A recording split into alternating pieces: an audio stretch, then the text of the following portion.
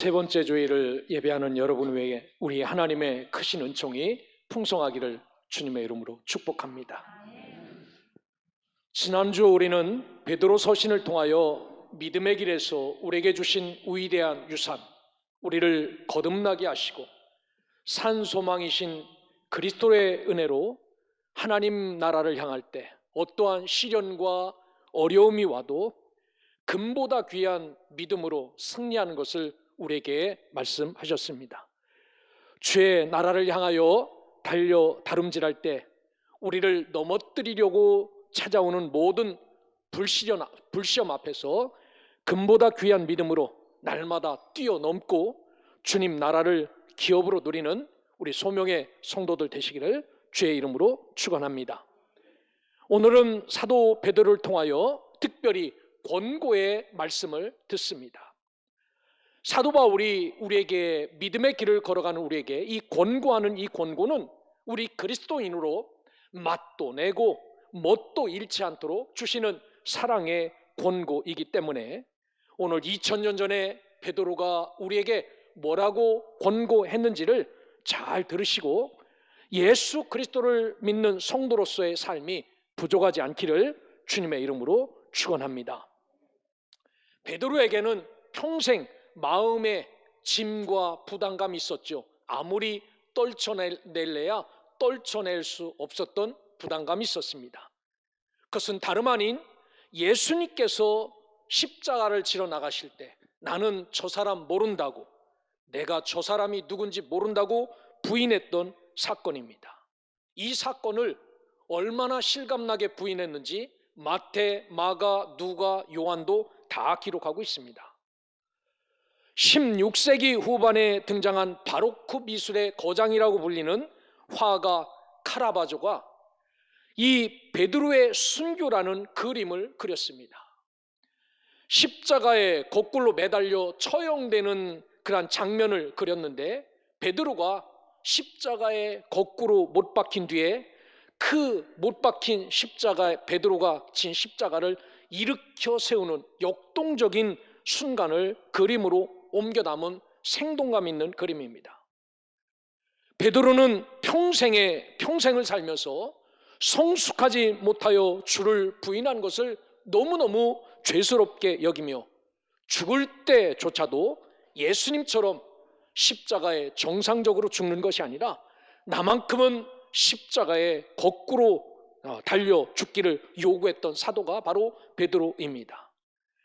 여러분, 이렇게 마음의 결심을 하고 살았던 사도가 우리에게 무엇을 말씀하고 우리에게 요구하시냐면은 근신할 것을 요구하는 것을 오늘 성경을 통하여 볼 수 있습니다. 이 근신하다라는 네포라는 헬라어는요, 우리가 믿음의 길을 걸어가면서 절제할 일과 경성할 일과 분별할 일이 있다라는 것을 말씀합니다. 믿음의 길을 막 사는 것이 아니라 내가 때로는 절제할 수도 있어야 되고 내가 또 나를 깨워서 주 앞에 세울 수도 있어야 되고 이것은 똥인지 오줌인지 구분도 할 수 있어야 된다라는 의미입니다. 그래서 이 13절은 이렇게 시작하지요. 그러므로 너희 마음의 허리를 동이고 근신하여 예수 그리스도께서 나타나실 때에 너희에게 가져다 두실 은혜를 온전히 바랄지어다 라고 말합니다. 사도 베드로가 우리에게 요구하는 근신의 첫 번째 원칙은요, 마음의 허리를 동이고 은혜를 바라는 것이라는 겁니다. 여러분, 마음의 허리가 어디 있습니까? 우리 육신의 허리는 있죠. 작년보다 늘어나셨습니까? 어디를 붙잡아 매야 마음의 허리를 동여매는 겁니까? 여기서 말하는 마음은요, 디아노이아입니다. 뭐 어디에 있는지는 모르지만 우리가 깊은 사고를 하고 깊은 이해를 하고 깊게 느끼고 우리의 속 사람이 있는 그곳입니다. 소위 말하는 지정의가 담겨있는 그곳을 하나님의 거룩한 말씀으로 잘 동여매라 라고 말합니다. 이 동여매다라는 아나존님이는요, 꼭꼭 메어서 때로는 은유적으로는 이거를 메어놓고 무언가를 준비하기 위하여 붙잡아 매놓는 것을 말하지요. 우리 마음의 허리, 우리가 생각하는 지, 우리가 행동하는 정의, 이 모든 것을 붙잡아 매놓고 전심을 다하여 나를 방해하는 모든 것을 물리칠 수 있게 이것을 붙잡으라 라고 말합니다.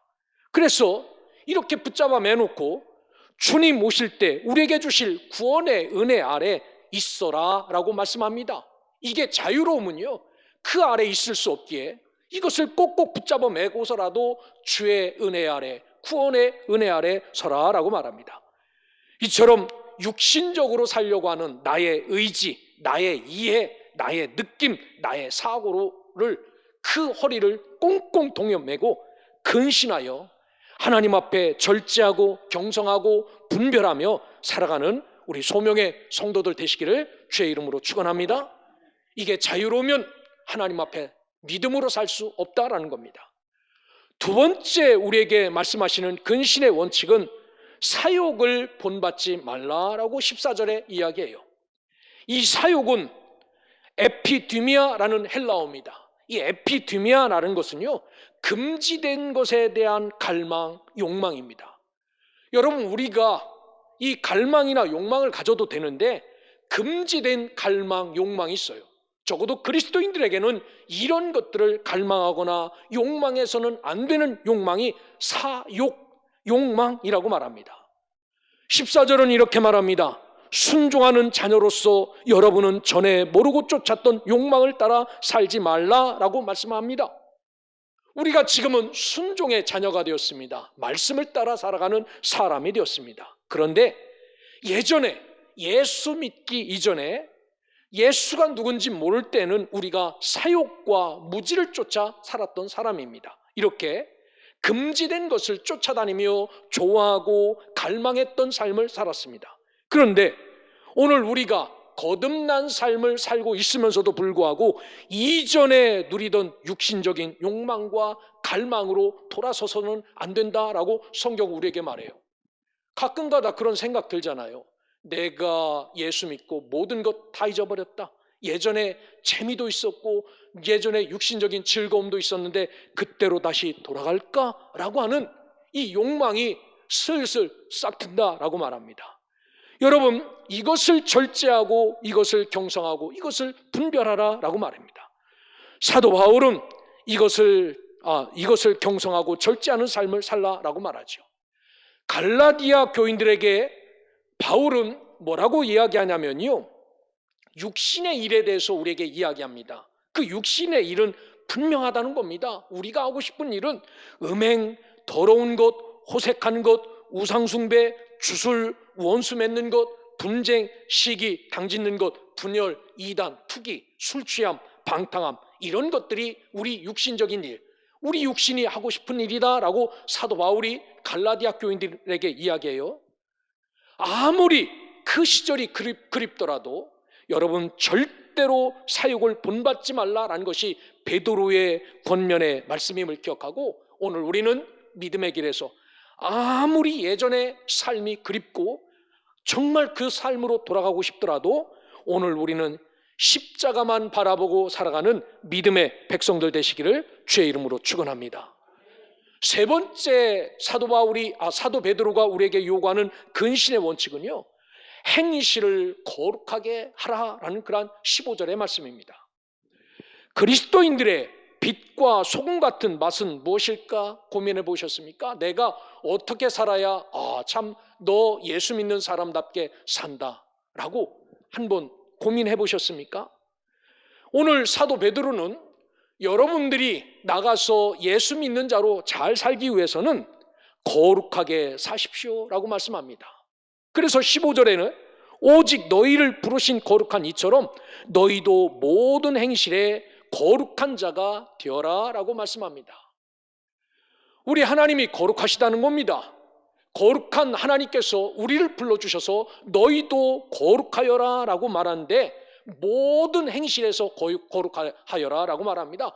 교회에 올 때만 거룩한 게 아니라 모든 행실, 이 아나스토로페라는 헬라어는요, 삶의 태도라든지 삶의 처신, 삶의 행동, 삶의 품행, 이 모든 것이 거룩한 하기오스, 신성하고 결백하고 어딘가에 들여진 것 같은 그러한 삶을 살라라고 말씀하세요. 이게 모든 행실의 거룩한 자입니다.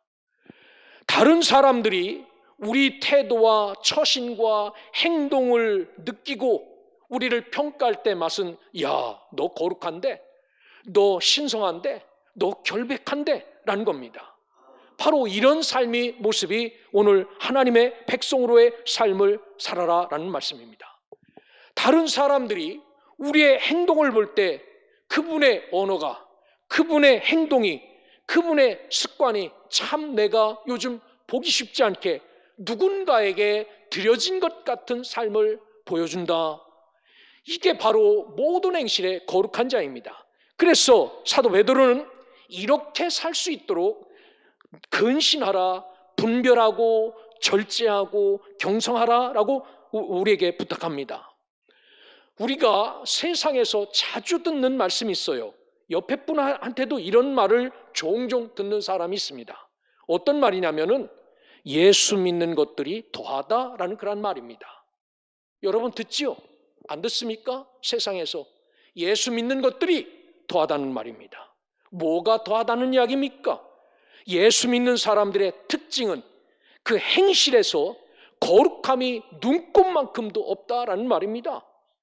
말하는 태도라든지 처신이라든지 행동이라든지 품행이 정말 달라야 되는데, 정말 신성하고 정말 결백해야 되는데 이런 삶이 묻어나오지 않는다. 오히려 예수 믿는 사람이 믿지 않는 우리보다 더하다라고 말씀하는 겁니다. 성경 전체에서 거룩을 가장 심도 있게 다룬 성경은 레위기입니다.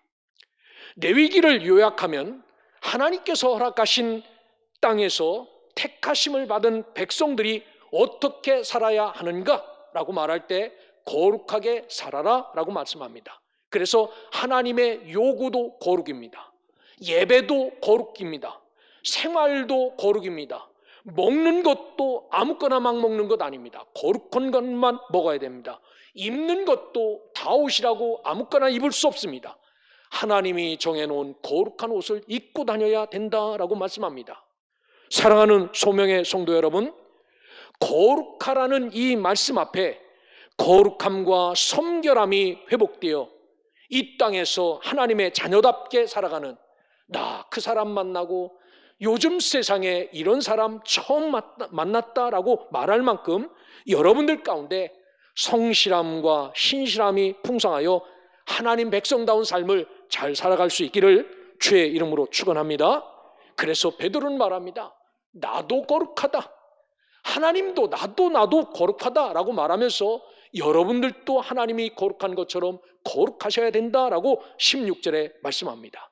우리의 삶 전체가, 품행 전체가 순결하고 결백하고 신성해서 하나님 앞에 드려진 그러한 모습처럼 살아가는 주의 자녀들 되시기를 주의 이름으로 축원합니다. 오늘 이 본문을 통하여 우리에게 주시는 네 번째 근신의 원칙은요, 두려움으로 지내라 라는 것입니다. 두려움으로. 여러분, 두려움으로 지내고 싶은 사람이 어디 있겠습니까? 이 두려움으로 지내다라는 말이 그겁니다. 포보스입니다. 너무나 걱정이 되는 겁니다. 너무너무 어렵습니다. 그런데 이 어려움과 걱정을 한 번도 내려놓지 않고 살아가는 것, 이것이 지내는 일입니다. 여러분, 그러니까 요즘 속된 말로 표현하면은 막 스트레스가 쌓여요. 예수 믿는 것 때문에 너무나도 눌림이 있습니다. 그래도 이 스트레스나 예수 믿는 것 때문에 오는 눌림을 하나도 내려놓지 않고 사는 것입니다. 이게 두렵게 지내는 겁니다. 그러니까 우리가 한번 예배드리고 일주일을 하나님과 관계없는 새까맣게 하나님 지우고 살고 한 번 또 나와서 이 말씀 듣고 이런 것은 두렵게 지내는 게 아닙니다. 그냥 내 뜻대로 자유롭게 지내는 거지. 17절을 보십시오. 베드로는 이렇게 말합니다. 외모로 보시지 않고 각 사람의 행위대로 심판하시는 이를 너희가 아버지라고 부른즉, 우리의 아버지가 우리 외모 보고 판단하는 분이 아니라 행위대로 판단하시는 분이 우리 아버지라는 겁니다. 이런 아버지로 부른즉 나그네로 있을 때, 이 인생길을 걸어갈 때 두려움으로 지내라. 우리 삶 전체를 하나님은 이런 분이구나라는 것을 한 번도 내려놓지 않고 살아가는 겁니다. 하나님은 사람을 외모로 보시지 않고 각 사람의 행위대로 심판하시는 이 말의 의미는 어떤 뜻이냐면요, 하나님께서 사사로운 동정심으로 사람들을 특별 대우하지 않으시며 누구든지 행위대로 심판하신다라고 말합니다. 이 심판하다라는 말은 크리노입니다. 하나하나 올리는 거예요. 너는 요렇게 살았구나, 너 빵점. 너는 요렇게 살았네, 빵점. 너는 이렇게 살았구나, 100점. 이렇게 판결하고 정죄하는 이분이 바로 하나님이시다라고 말합니다. 여러분, 사람이 사람을 평가하는 일반적인 기준은요, 겉으로 나타나는 외모를 보고서 판단합니다. 서울대에 나왔습니다. 어우, 그러시네요. 거기다가 저기 법원에 근무합니다. 와우, 사는 곳은 청담동입니다. 이러면요, 이야, 당신은 높네요. 어디 삽니까? 부평에서요. 그럼 당신은 낮네요. 세상을 이렇게 평가해요. 겉으로 드러난 것 같고 평가합니다. 또는 교회에서 뭐 하십니까? 예, 저 교회 목사입니다 라고 말하면, 야, 당신은 꼭 천국 가겠네요 라고 이렇게 생각합니다. 그런데 하나님은 사람을 외모로 판단하는 실수를 범하지 않으신다라고 말합니다. 쉽게 말해, 너 목사이기에 내가 천국 보내지 않는다라고 말씀하시는 겁니다. 너 이 교회 교인이기에 너 천국 갈 거라고 꿈꾸지 말라라는 말입니다. 하나님은 각 사람의 행위대로 심판하시며 그 행위에 따라 판단하신다라고 말합니다. 목사지만 목사다운 삶을 살았는지 꺼내보시고 정죄하신다는 겁니다. 성도지만 성도다운 삶을 살았는지 꺼내보시고 판결하시겠다라는 겁니다. 이게 공의로우신 하나님입니다. 이런 하나님을 우리가 아버지라고 부른다면은 이 세상에서 광야의 길을 가고 이 인생의 길을 걸어갈 때, 이렇게 판단하시는 아버지 앞에서 어떻게 살아갈까? 이것을 한 번도 내려놓지 않고 두렵고 떨림으로 살아가는 것이 바로 오늘 네 번째로 우리에게 요구하시는 두려움으로 지내는 것입니다. 우리 소명교회 성도들은 이렇게 두렵게 지내시기를 주의 이름으로 축원합니다. 그래서 우리는 근신하는 삶으로 믿음의 열매를 맺어야 되지요. 예수님의 친동생이었던 야고보는 열매 맺지 못하는 신앙은 죽은 믿음이라고 야고보서 2장 17절에 분명히 우리에게 이야기해요. 아무것도 영향력 없이 살아가는 이 삶이 그래도 예수 믿었으니까 구원받겠지? 글쎄요, 저는 답을 못하겠습니다. 천국 가봐야 알겠지요. 오늘 두렵고 떨림으로 나를 심판하신 하나님 앞에 늘 절제하고 늘 분별하고 경성하며 살아가는 믿음의 백성, 하나님의 자녀들 되시기를 주의 이름으로 축원합니다. 그래서 베드로는 우리에게 근신할 것, 우리 마음의 허리를 동이고 은혜를 기다리는 삶을 살아라. 내 마음 내 뜻대로 살지 않고 마음의 허리, 우리 지정의 허리를 붙잡아 매고 은혜를 기다리며 살아라. 사욕을 본받지 말아라. 우리 예수 믿기 전에 옛날 그렇게 잘 놀던 그것을 우리가 다시 그곳으로 돌아가려 하지 말고 행실을 거룩하게 해라. 나의 품성, 언어, 행동, 모든 것. 그리고 마지막은 심판하신 분임을 기억하고 두렵고 떨림으로 지내는 겁니다. 자, 이 이야기를 마무리하면서 지금까지 우리가 조상들이 물려준 헛된 생활 방식을 따라 살다가 해방되었는데 우리를 자유롭게 만들어주신 이분이 누구냐? 이것을 우리에게 두 번째로 이야기해요. 우리를 이렇게 자유롭게 만들어주신 분은 다름 아닌 음과 금으로 우리가 자유롭게 된 것이 아니라 그리스도의 귀한 피로 되었다라고 18절, 19절에 선언합니다. 구약에서는요, 구원받기 위해서 금이나 은이 필요했습니다. 여러분, 구원받기 위해서 금이나 은이 필요 있습니까? 없습니까? 우리는 그냥 믿으면 되지요. 그런데 구약시대 때는 은과 금이 있어야 돼요. 왜냐하면 나의 죄를 속함받기 위해서는 재물을 가지고 주 앞으로 나가야 됩니다. 속죄. 내가 죽어야 되는데 나 대신 죽을 양이나 염소를 끌고 가야 돼요. 지금 이렇게 성전이 이곳저곳 있지만 이스라엘 백성들은 1년에 3차례씩 예루살렘 성으로 올라가서 예배드려야 됩니다. 우리 가족이 10마리라면은 10명이라면은 10마리의 양이나 염소를 끌고 올라가야 돼요. 여러분, 부산에서 10마리의 양이나 염소를 끌고 여기까지 서울까지 왔다고 생각을 해보십시오. 한 달 걸려서. 그 양이 온전하겠습니까? 그러니까 끌고 올 때 10마리 끌고 오지 않지요. 한 20마리쯤 끌고 오겠지요. 그리고 죽는 놈은 버리고 나머지 갖다 하는 겁니다. 그런데 이렇게 수없는 날을 이 하나님 앞에 제사 드리려고 예물을 끌고 왔지만 막상 성전 앞에 오면은 아무것도 드릴 예물이 남지 않은 거예요. 제사장이 이런 예물 드려봐야 하나님이 받지 않으신다라고 말해서 드릴 수 없는 거예요. 그래서 사람들이 재물을 가지고 오지 않고 돈을 가지고 오는 겁니다. 그리고 성전 앞에 그 재물을 팔기 위해서 기름이 좔좔 흐르는 양이나 염소를 파는 사람들에게 사서 드립니다. 이것을 유대 사람들은 1년에 3차례씩 해야 됩니다. 그러니 참 고역이고 말 못하는 괴로움이지요. 하나님 왜 이런 거 만들어놔서 왜 우리를 1년에 3번씩 이렇게 우리 거 핥아먹습니까? 라고 말할 수 있습니까? 아무도 이 말을 할 수 없습니다. 하나님 앞에서. 그러니까 끙끙거리며 이 일을 하고 있었는데 예수 그리스도가 당신이 어린 양 제물이 되어 이 땅에 오셔서 우리의 죄를, 우리의 그러한 모든 생활의 습관들을 한 번에 해결해 주셨다. 더 이상 양 끌고 오지 않아도, 더 이상 멀리부터 오지 않아도 이것을 해결할 수 하셨다라고 말합니다. 그러면 사도 베드로는 이 놀라운 우리 복음을 우리에게 말하죠. 바로 이분이 한 번에 이렇게 자유함을 선물로 주셨는데 이게 복음이고 이게 썩지 않을 말씀이다 라고 말합니다. 꽃도 시들고 우리도 시들지요. 참 가슴 아파요. 제가 뭐가 가슴 아픈지 아십니까? 우리 할머니들 자리가 여기예요, 여기. 그런데 이 할머니들 자리가 할머니들이 하나, 두 번씩 안 나오세요. 자꾸 이제 연로해지셔서 그런 겁니다.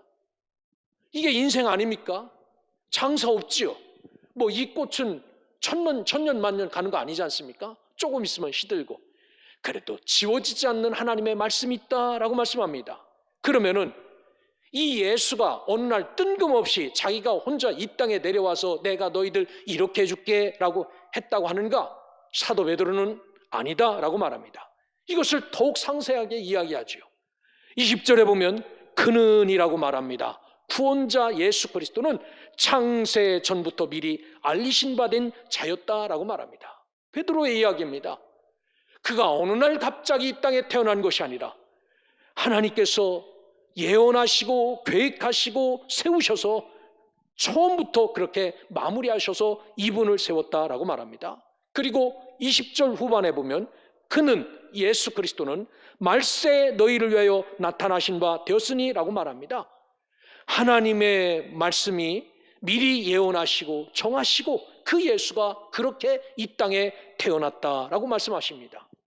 그러면서 21절에 하나님은 그리스도를 죽은 사람 가운데 살리시고 그에게 영광을 주셨습니다. 그래서 우리의 믿음과 소망이 하나님께 있게 하셨습니다 라고 말씀합니다. 자, 하나님의 언약과 섭리 속에서 예수 그리스도가 태어나셨고, 그러니까 인간의 계획과 섭리가 아니라는 겁니다. 하나님의 계획과 섭리라는 이야기입니다. 그리고 그분이 죽으셨고 그분이 그리고 부활하셔서 우리에게 소망이 되는 거죠. 죽으면 저분을 믿으면 저분이 살아난 것처럼 나도 살아나겠구나라는 소망을 주시고 구원자 예수님의 성육신과 구세주됨을 우리에게 분명히 전하고 있습니다. 그러게 우리가 마음의 허리를 동여야 되고 은혜를 기다려야 되는 겁니다. 사욕을 본받지 말고 행실을 거룩하게 하여 날마다 나를 마지막 판결하실 그분 앞에 두려움을 지내는 것, 이게 근신의 삶이다라고 말해요.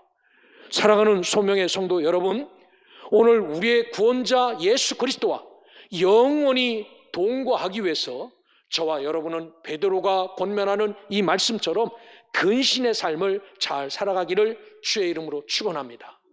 마지막으로 베드로는 오늘 이 말씀을 마무리하면서 형제 사랑을 권고해요. 성도에게 주어진 사명 두 가지가 있습니다. 첫째는 하나님 사랑하는 것이고 두 번째는 이웃 사랑하는 것입니다.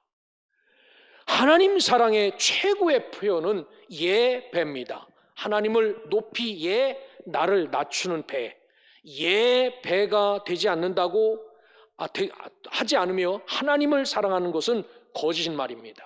그러니까 하나님을 높이고 나를 낮추는 예배의 삶을 잘 드리는 자가 진짜 하나님을 사랑하는 자들입니다. 그러기에 저와 여러분들은 어떤 삶을 살아야 되느냐? 하나님 앞에 예배의 삶을 잘 사셔야 됩니다. 1000번 만번 나 하나님 사랑해요, 하나님 사랑해도 하나님 안 믿으셔요. 나와서 예배 드려야 그래 너 나 사랑하는구나 라는 것을 인정해 주신다라는 겁니다. 그러기에 예배 잘 드리십시오. 두 번째로 중요한 의무는요, 이웃과 형제를 내 몸같이 사랑하는 것입니다. 흔히 우리의 생각은 오늘 주일날 성전에 와서 예배 드렸으니 내 해야 될 의무는 다 했다라고 생각합니다. 그러나 성경은 그렇게 말하지 않습니다. 예배 후부터 이렇게 내가 그리스도인으로서 져야 할 책임과 의무가 있음을 알게 하죠. 그것은 다름 아닌 우리 하나님의 놀라운 계획, 그 아들 독생자를 이 땅에 보내시고 그를 죽이시고 그를 살리시고 우리를 구원하여 주신 이 놀라운 사랑, 이 그리스도의 사랑으로 이웃을 사랑하고 이 그리스도의 사랑을 전하는 것이라고 말합니다. 그래서 오늘 본문 22절은 베드로 사도는 형제 사랑을 권유하면서 마지막으로 마음을 뜨겁게 사랑하라 라고 가르칩니다. 이게 우리가 해야 될 일입니다. 여러분, 우리는 하나님의 말씀으로 거듭난 사람이기 때문에 이렇게 살아야 된다라고 말합니다. 거듭나 하나님의 은혜를 깨닫고 살아가는 사람은요, 우리의 온 마음으로 형제들을, 교인들을, 서로를 사랑하며 살아갈 수 있는 이런 마음이 풍성하기를 주의 이름으로 축원합니다. 말씀을 정리합니다. 베드로는 금보다 귀한 믿음으로 예수님께서 나타나실 때 칭찬과 영광과 존귀를 얻을 수 있도록 금보다 귀한 믿음을 갖고 살아라 말합니다. 세상 사람들의 가치는요, 금을 더 사랑하죠. 금이 좋으니까. 그런데 저와 여러분들은 금보다 귀한 것이 믿음이다라고 성경은 말씀합니다. 이 믿음, 누구에 대한 믿음입니까? 우리 구주 예수 그리스도에 대한 확신입니다. 뭐에 대한 확신입니까? 나의 구세주로 오셨다는 것에 대한 확신입니다. 나를 살려주신 분에 대한 확신입니다. 이게 있을 때 우리는 그분이 다시 오실 때 칭찬받을 수 있고 영광과 존귀를 얻게 하실 거라는 겁니다. 이야, 어려운 중에도 너는 나를 이렇게 믿었느냐?